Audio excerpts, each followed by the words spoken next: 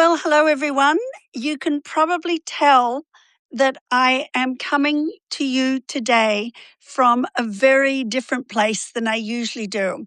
I am up on Camano Island and I am sitting outside the Sine Center for Ecological Discipleship.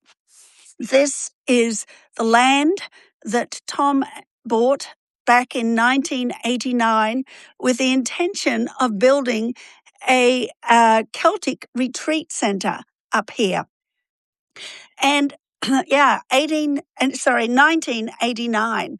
And we started, I think I decided in 1994 to hold an annual retreat up here. It started with a morning retreat, then we went to an all-day retreat, and then we went to an overnight retreat, and then we went to one where some people were up here for a couple of days, and we always put up a labyrinth. We had a children's program. It was just a wonderful, wonderful time. But some of you probably know as well that in 1915, after we had started building our first building up here, the building was vandalized. And it really took the stuffing out of Tom and I.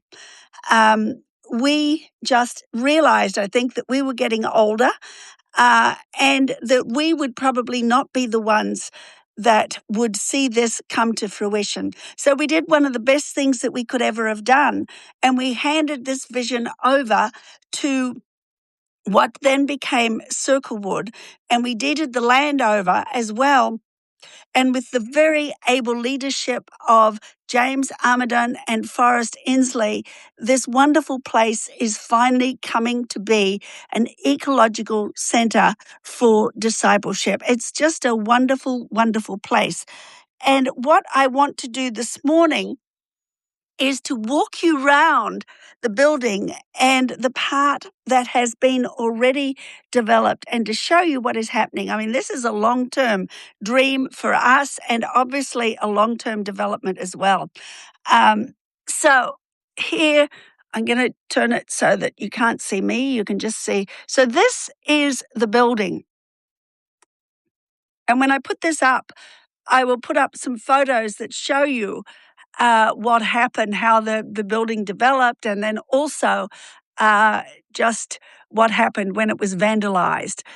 And looking out here, you can see some of what's been done to improve the land, to have more wildlife. I mean, I've just been sitting here this morning just listening to the birds and thoroughly enjoying the wonderful sound of them. And as you can see, my dog Goldie is sitting here as well, enjoying it just as much as I can.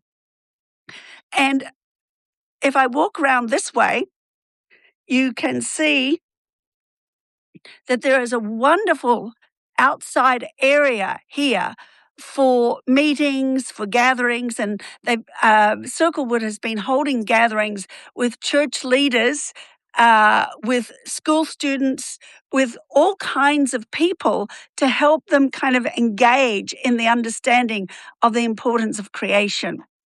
You can see just in the distance there a caravan, which is where the summer intern is staying.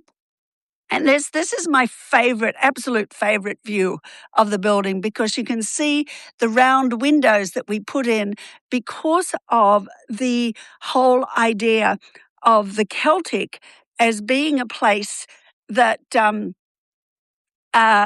where the circle was an important emblem.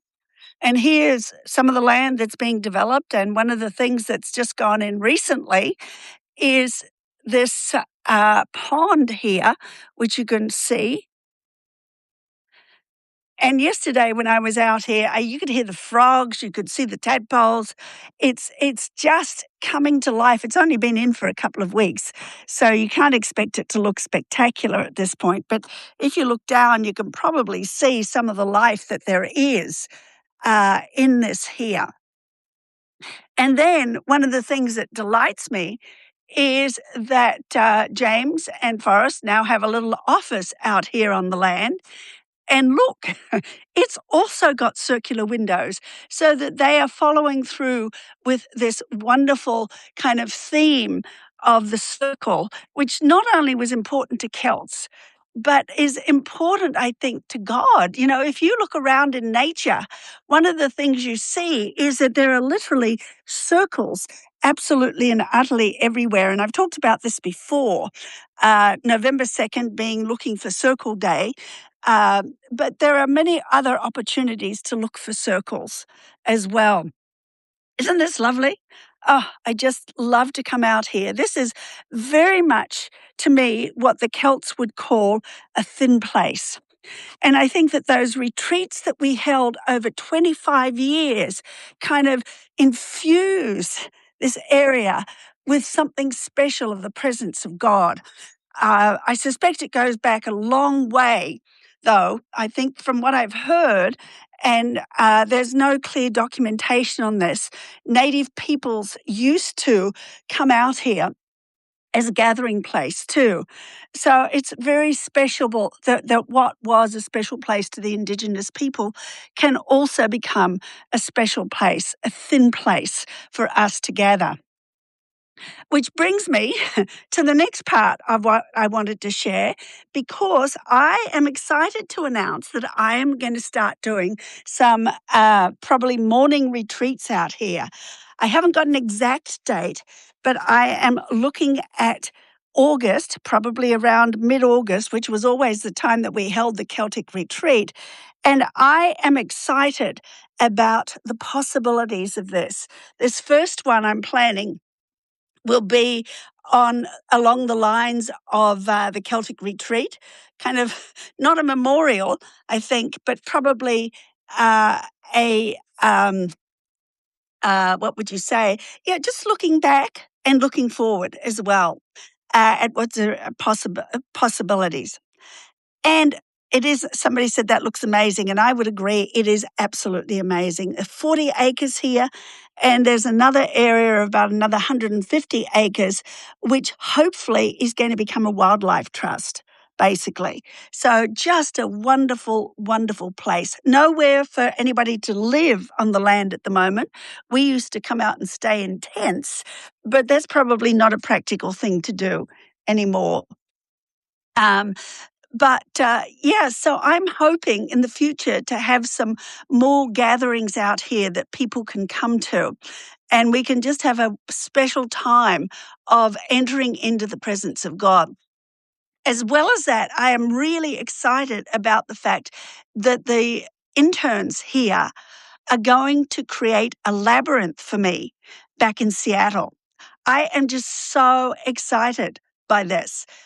There's an area in our backyard that I've thought for a long time I'd like to put in a labyrinth so that, again, it can be a place where I can have gatherings, small gatherings, probably 10, 12, maybe at a maximum 15 people who can come and just enter into the presence of God, enjoy the beauty of creation, and also have a time of reflection. Because I think in the world that we live in these days, that we need more and more of these possibilities when we can literally just be renewing and refreshing ourselves by being in the presence of God. Sorry, I had to get up and move because of the fact that the sun was getting in my eyes. But yeah, somebody said that they love outside worship, and I agree. Outside worship is wonderful, and there's more and more evidence, of course, and you've seen me write about this, that says that time spent outside renews us physically, spiritually, and mentally, every possible way. We are meant to be out in creation. And of course, as you know, I talk about this a lot. I love being out in creation, wild creation like this. The more organized creation that I have created in our backyard, well, front yard as well. But just anything that we can do that pulls us out into creation, I think is worthwhile. And we don't need a big space like this to do it. So exciting things that I am going to be continuing to share with you over the next weeks. And as I said, the moment, hopefully by the end of this week, I will know what date it is going to be in August. and probably organising one as well in Seattle at our home so that people can be introduced to the labyrinth and we can have a time of reflection and a time of hospitality there as well. So I hope that you are able to join me. If not in person in August, then at least in spirit. And we'll work on how to do some things online as well. And I just want to end here with a prayer that I wrote. To be honest, I don't remember when I wrote it. It was probably a few months ago. But it's just that reminder that I have gained from Celtic Christian spirituality that God is in us, around us, and is infused in all of creation as well. I awake today to the breath of God in me, around me, blowing through me. I awake today to the love of God in me, around me, loving through me. I awake today to the light of God in me, around me, shining through me. I awake today to the one and only Holy Presence, the one in three, the three in one, whose breath gives life, whose love brings joy, whose light radiates from me. Thank you for being with me today. And in the notes that go with this, when it goes up online, I will put in some of the photos from the years that we met out here. And you can see what a special place this is and why I'm so excited that I am going to be doing some other things here. But look at Circlewood online, Circlewood, CIRCLEWOOD, and see some of the things that you can be involved in already that are going on out here, if you live in the Pacific Northwest, that is. Many blessings to you. Enjoy the rest of your day.